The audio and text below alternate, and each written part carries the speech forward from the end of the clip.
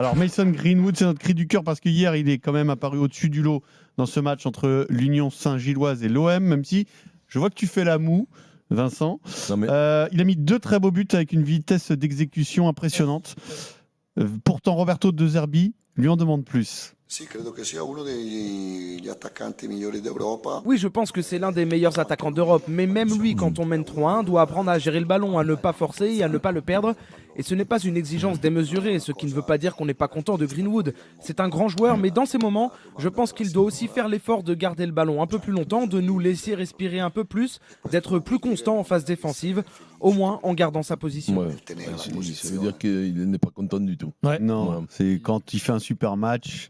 Il lui tire un peu les oreilles pour montrer qui c'est patron, c'est tout. Enfin, qu'il prenne feu aussi. C'est compliqué. Hein. Aussi, bien entendu. Après, pour nous dire que c'est un joueur de qualité, tout le monde le sait. Non, mais alors justement, vous le mettez où dans la hiérarchie des attaquants? Dans un niveau en Europe, d'un match. D'abord, il est bon dans quel match hier, Eric? Quel match tu donnes? Quel niveau à ce match? Un match dans sa globalité. Dans sa globalité. Oui. Que Greenwood est le meilleur de ce match-là. Mais oui, c'est un des meilleurs attaquants d'Europe. C'est un gars qui en Angleterre, normalement, devrait jouer dans un grand club anglais s'il n'avait pas eu quelques histoires par-ci par-là. Donc automatiquement, oui, bien sûr, il faut le dire, il a fait un bon match. Il a fait un bon match, mais après, c'est quand même pas l'Union Saint-Gilloise. Et hier, le match d'hier, c'était quand même la sauceuse contre Narbonne-Plage. Hein. Mais au foot, dès que tu marques, c'est biaisé. Parce que oui. C'est vrai, hein, tu marques. Tu marques 2. C'est un déjà. Tu as fait un bon match. Les buts qu'il met quand même.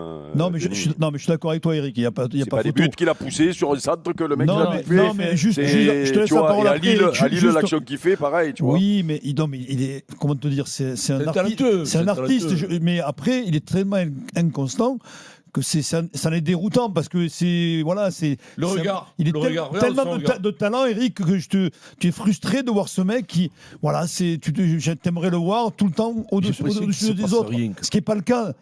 Alors après, il a des éclairs de génie avec des buts qui sortent de l'ordinaire, mais t'es forcément déçu. Je comprends De Zerbi ce qu'il dit en plus, mais après c'est de poisson lune. Tu vois, il a l'impression qu'il n'a pas d'émotion, ce mec. Non mais dans la hiérarchie européenne, on ne sait pas encore où le mettre parce que la Ligue 1, ça amène pas. Il a des qualités extraordinaires.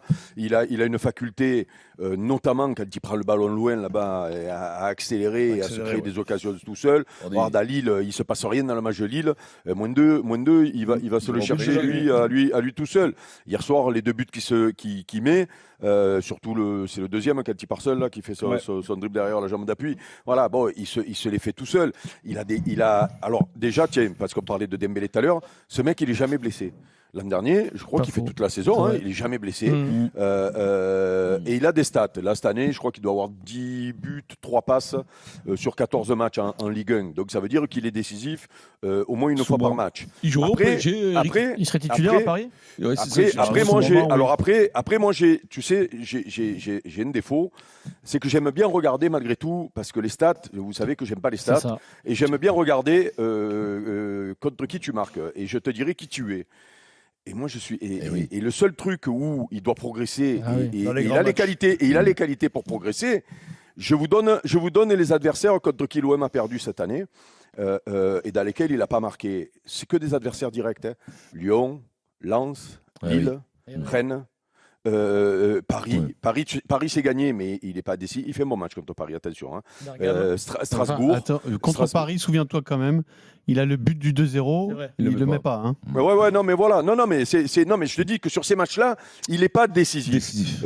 Contre Strasbourg, tu vas gagner là-bas, il n'est pas décisif. Et les matchs où il doit être décisif, donc ces matchs-là, il n'est pas. Et les deux. À la portée de l'OM, c'est-à-dire Angers, Toulouse pour être premier, qui ne sont pas dans ta catégorie. Ce n'est pas des équipes qui se battent contre toi. C'est-à-dire, ce n'est pas des trucs. Il n'est pas décisif.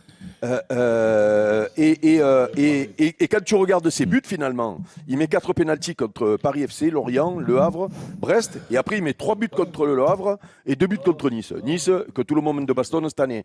Donc si tu veux, moi, donc il met plus quoi. Enfin, si tu veux, moi j'aimerais, par exemple à Lens, il met un but, je crois, ou à Lille. Ou contre Lyon, tu vois, ces matchs-là, j'aimerais que ces matchs-là, ils nous les fassent gagner. Voilà. Parce que pour le moment, moi, que Greenwood avait les qualités qu'il a, c'est-à-dire moi, en qualité, pour moi, c'est Ben Arfa, Greenwood. C'est-à-dire qu'il est capable de faire des trucs dans des petits périmètres, avec ses accélérations.